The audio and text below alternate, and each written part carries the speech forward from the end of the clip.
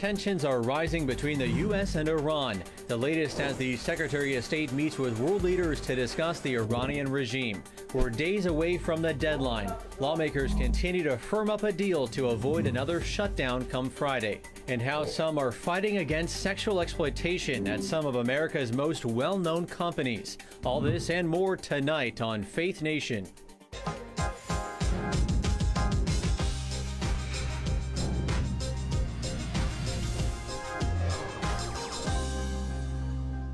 Iran is stepping up its rhetoric against the United States. Thanks for joining us. I'm John Jessup. And I'm Jenna Browder.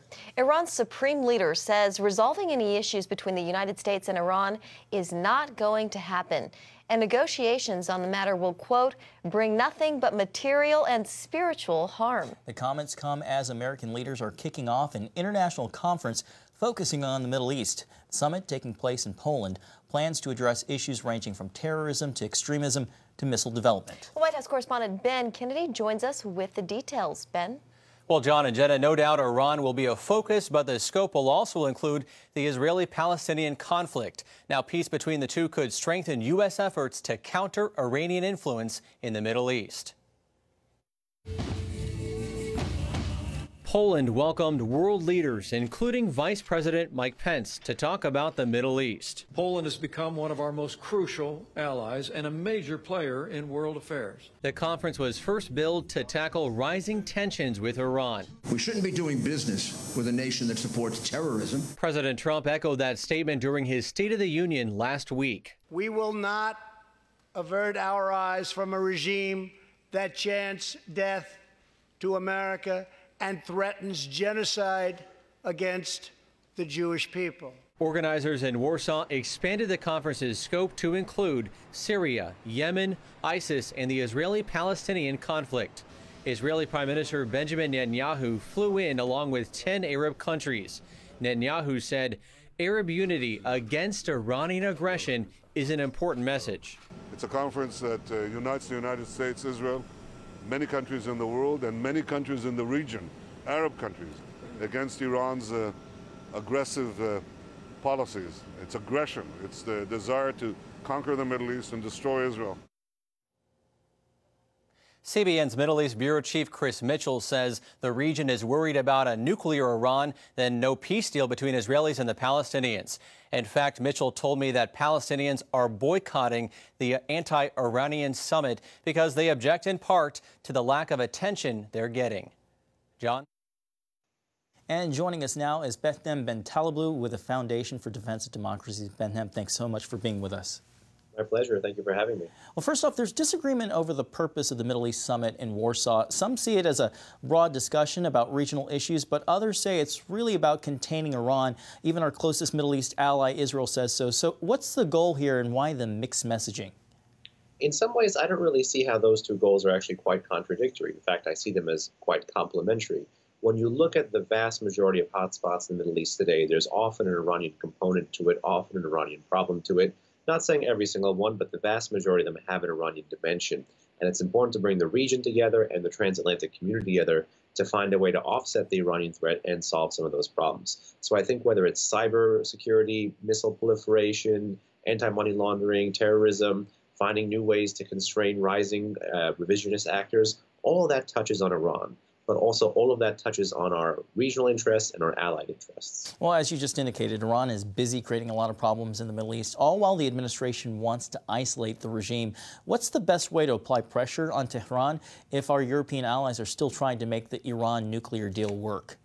You know, it's most unfortunate that our European allies appear to be willing to cut off their own nose to spite their face. I would say that in the past 6 to 9 months, you've seen a remarkable success story emerge for U.S. unilateral sanctions. And those unilateral sanctions are one way that the U.S. can kind of keep and maintain the pressure on the regime. The way we need to do this throughout 2019, of course, is to continue to expand the scope of targets that we sanction, designate, and penalize, make sure that European banks and businesses are fully out of there, that we punish anyone who tries to create an alternative payment system with Iran. And also, we make sure that that pressure from above, from foreign sources, is complementary with pressure that's already on the regime from below. It's telling that Tehran does not necessarily fear a foreign military threat.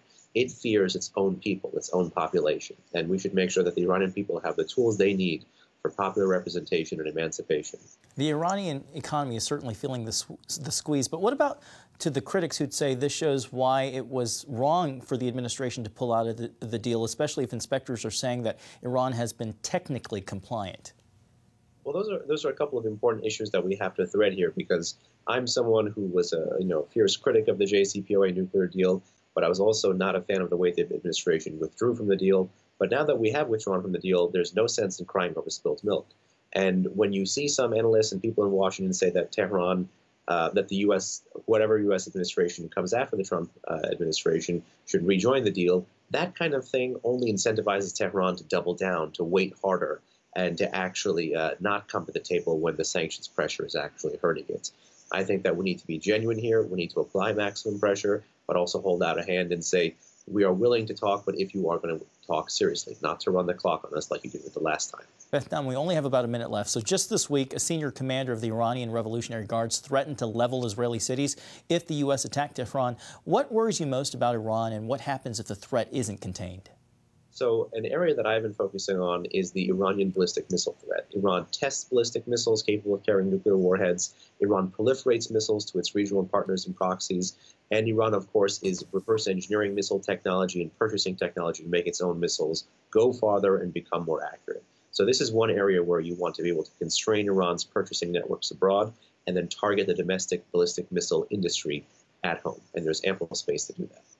Behnam Ben Taleblu with the Foundation for Defense of Democracies, thanks for being with us. Thank you so much. Well, 40 years ago this week, a radical Iranian cleric led the overthrow of his country's government and installed an Islamist regime.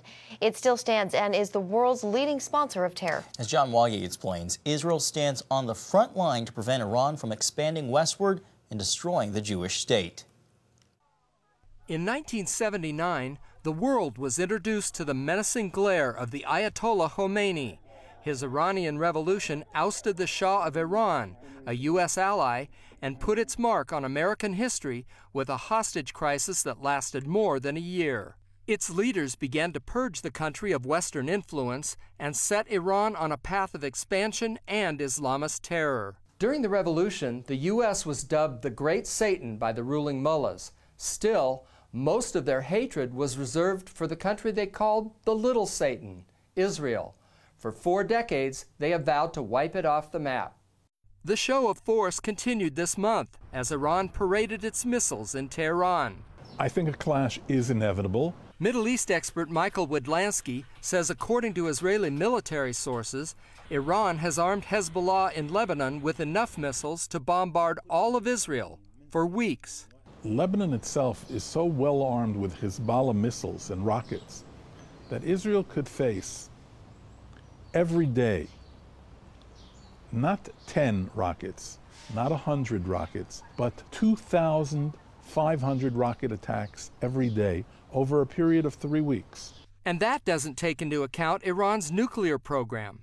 In last year's UN address, Israeli Prime Minister Benjamin Netanyahu exposed a secret nuclear site with 300 tons of nuclear material. Now, I also have a message today for the tyrants of Tehran. Israel knows what you're doing, and Israel knows where you're doing it. Israel will never let a regime that calls for our destruction to develop nuclear weapons. Not now, not in 10 years, not ever. While Widlansky warns Israel can take care of itself, he worries if the mullahs aren't stopped, their grand design could swallow up the region. The Iranians want Shia Islam to be the face of Islam. That means they want to go after Saudi Arabia, Iraq, Kuwait. They want to go after all their neighbors and project their force all the way to the Mediterranean and to the Atlantic. They want to go through Lebanon and then through North Africa. They want to go through Yemen. They have a real expansionist process, which is similar to what the communists and the Nazis had. This is not just a religious calling. This is very serious power politics strategy playing. John Wagi, CBN News, Jerusalem. Well, President Trump says America is building a wall, reiterating today a point he's been making the last few days, that some of the border wall has already been built. The construction coming, although the president didn't get the wall money he's been demanding during negotiations to avoid another shutdown. The deal has considerably less money than the president wanted for border security, but it also hasn't been finalized just yet. For that story, we turn now to Capitol Hill correspondent Abigail Robertson. Abigail, lawmakers, they don't have too much more time to get a deal done and to the president before we see another shutdown. That's right, Jenna. Now, we've been told this compromise bill, the text of it will finally be released by tonight. They really have got to get it out tonight in order to pass it through the House and Senate and get it signed by the president by that midnight Friday deadline. That's when we'll see another government shutdown. Now, Speaker Pelosi originally asked for the bill to be ready last Friday. They then pushed that to Monday. And now today is the day. And as of now, it looks like it's still on track to be released tonight. And then hopefully tomorrow, we'll start to see some votes on it on the House and Senate floor. Yeah, and Abigail, I know at points in the negotiations there were talks of measures that would help the DACA fix, the Dreamers, but it doesn't look like that might be included. No, we know that's definitely not going to be included in this compromise bill. And I spoke to Senator Dick Durbin yesterday. He's a member of that 17-person bipartisan bicameral conference committee that's been working on this compromise bill. He's a longtime advocate for a long-term solution for the Dreamers here on the Hill. And he told me that in situations like this, he's always hopeful that there will be an opportunity to put in a long-time solution for the Dreamers. But he said that unfortunately, they really needed a compromise bill that can easily pass the House and Senate and not risk another government shutdown. And in this case, he thinks as long as White House political advisor Stephen Miller has the ear of the president, that they will never get a fair outcome on DACA. Now, Republican lawmakers, this is a pretty bipartisan issue, finding a solution for the Dreamers. And there were Republican lawmakers who held a press conference today with a few DACA recipients, and they really expressed their disappointment that there has not been a permanent legislative fix for these Dreamers. And they said now is the time. Take a look. We want a DACA solution now. It truly is a missed opportunity to finally put this issue behind us. For some reason, leadership of the House of Representatives prevents bringing a bill to the floor that could pass. Why was the DACA fix taken off the table during these current negotiations? The only way we're going to get something done in the Senate is if we pair this with something else. We can't give up this fight. Now, this is a big issue for a lot of faith leaders, too, who come to the Hill. They meet with Democrats, Republicans, and even the White House to push for this. And while there's nothing down the line that we know of that where a DACA bill would be brought up, they're very hopeful that one day there will be some solution put forth. Abigail, real quickly, what's your sense on the Hill? Is there quite a bit of confidence that we will avoid this potential shutdown? Yes, I would say right now it's one step above cautious optimism. You never know what will happen with President Trump, but people feel pretty good that we're going to avoid another government shutdown. All right, good to hear. All right, Abigail Robertson for us on Capitol Hill. Thank you very much. And for more, make sure you check out Abigail talking with host Caitlin Burke on today's CBN News Daily Rundown podcast. You can find that on your favorite podcast platform or go to cbnnews.com and click on the show tab to listen and subscribe. Well, the Green New Deal is headed for a big vote in the Senate. Majority Leader Mitch McConnell's decision to put the radical plan to combat climate change on the floor will, quote, give everybody an opportunity to go on record. Republicans say the plan, first championed by freshman Representative Alexandria Ocasio-Cortez, is unrealistic and veers toward socialism. It also represents a moment of truth for Democratic 2020 candidates who could risk snubbing moderate voters by supporting the far-left bill. Well, that extreme positioning on the left may rear its ugly head in 2020. In the election, if socialist Democrats end up getting pitted against Make America Great Again supporters of Donald Trump. We asked CBN chief political analyst David Brody for his take. Well, it's a question that's going to be asked in 2020. Are the Democrats on the march to socialism and a far, far left platform? It'll all play out here in the next year and a half or so. The queen of the Democrats, if you will, right now, at least on social media, Alexandria Ocasio-Cortez. I'll just call her AOC because it's hip and it's cool. But look, the Green New Deal, that's what she's apparently all about now, and she's getting a lot of press about it. Today, I think, is a really big day for our economy, the labor movement, the social justice movement, indigenous peoples, and people all over the United States of America. So this Green New Deal is all about 100% fossil fuel elimination, 100% renewable energy. In essence, the sun and the wind pretty much propelling everything we do in this country eventually. Good luck with that, trying to sell that on the campaign trail. But look, all the 2020 Democrats running for president pretty much on board. Elizabeth Warren, Kirsten Gillibrand, Kamala Harris, Amy Klobuchar, the list goes on. So AOC clearly making a difference. Donald Trump, on the other hand, sees something at play here, a lurch to the left and socialism. Take a look. Tonight, we renew our resolve that America will never be a socialist country. Donald Trump may be onto something. Take a look at the polling. 19% of Americans are okay with socialism. Actually, it's kind of pretty high, but overall very, very low, 19%. And in this country, we know the statistics. 35% of the country conservative, 35% of the country moderate, and about 26% or so liberal. So if you're going to go with the Green New Deal, or you're going to go with supporting third trimester abortions, or cutting ICE funding, very far left positions that the majority of Americans are not in touch with at all, if you're going to embrace those, you may suffer a political repercussion at the ballot box in 2020, especially if Donald Trump goes ahead with his, in essence, his campaign slogan, Make America Great Again, and he pits it against Make America Socialist for the first time. David Brody, CBN News, here in the newsroom for Faith Nation. Coming up, the fight against sexual exploitation in some of America's biggest companies.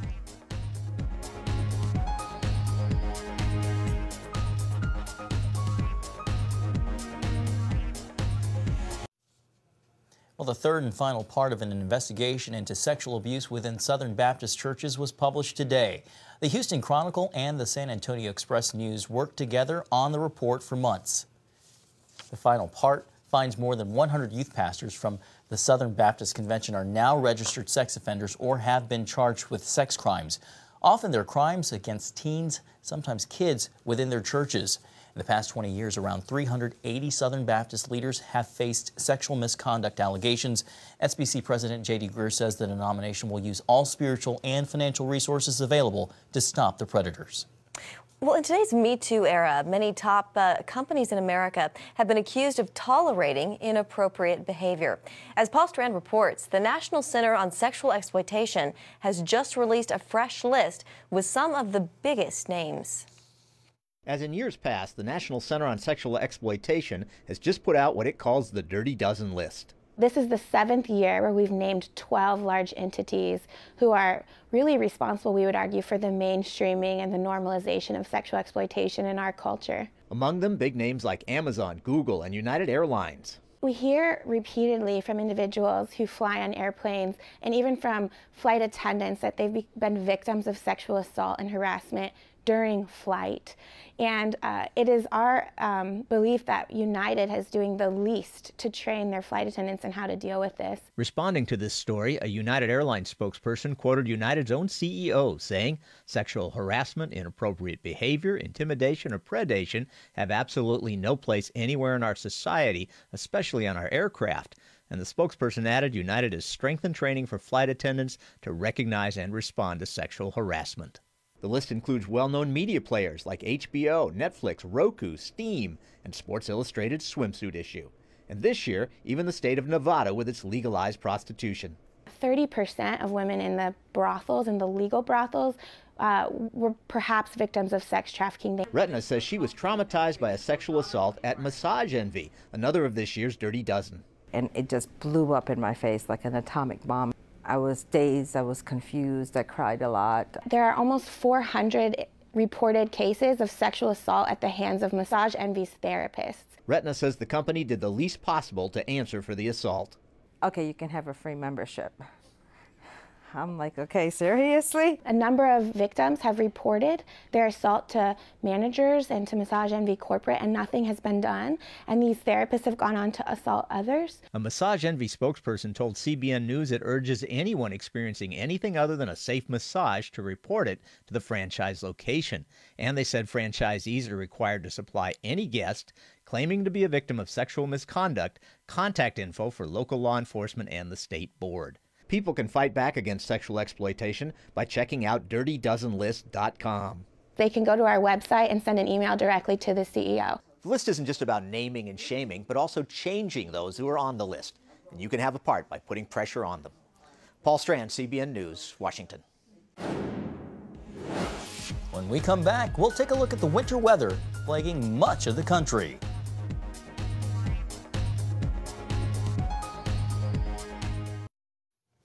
Welcome back. The latest winter weather system has been dumping snow and ice from New York to Chicago. Yeah, it is getting bad. Well, leaving more than 100,000 people without power and causing dangerous travel conditions. Charlene Aaron reports. The powerful winter storms are wreaking havoc across the country, making for snarled air travel and dangerous road conditions. Snow, ice, and sleet piling on streets from coast to coast, leaving more than 100,000 people without power. The situation with the groundhog pronouncing winter was over didn't really fly. Up to 9 inches of snow and ice blanketing areas from Philly to New York and Boston. It's very scary, slippery out. I have no traction. In the Midwest, dangerous travel on the highways. In Iowa, some were stuck overnight on ice-covered roads. In Chicago, sleet and freezing rain created slippery conditions as half an inch of ice accumulated on parking lots, roads, driveways, and sidewalks. Just breaking up a path here. It helps to have an icebreaker to get the ice out and then throw some salt down. Road crews in multiple states are struggling to keep up with the travel nightmare. Based on the temperatures right now, we're not exactly sure how the salt's going to work. After this winter's bitter cold temperatures, multiple snowstorms, and treacherous roadways, many can't wait for warmer weather. I have 4 kids, and to prep to get them to school, it's very hard to get out here, so I'm waiting for spring to just come around. Unfortunately, says Bastardi, winter is far from over. I think this is the beginning of an onslaught of storms here through mid-March. Various tracks. It's a constant parade that's going to be going on here over the next month or so. We get to mid-March, then we'll break the thing, and I do think it will be a less than normal tornado season. How's that for some good news? More than 2,500 flights have been canceled nationwide, and more than 5,000 have been delayed, caused by this latest winter assault. Charlene Aaron, CBN News. Thanks, Charlene. And snow has also hit Hawaii on the island of Maui. At 6,200 feet in a state park, Hawaiian officials say that could be the lowest elevation snow has ever been recorded in the state. And more snow is expected tonight into Thursday. Burr. Yeah, Puxatawny Phil was wrong. Dead wrong. Well, that's going to do it for tonight's Faith Nation. Have a great evening.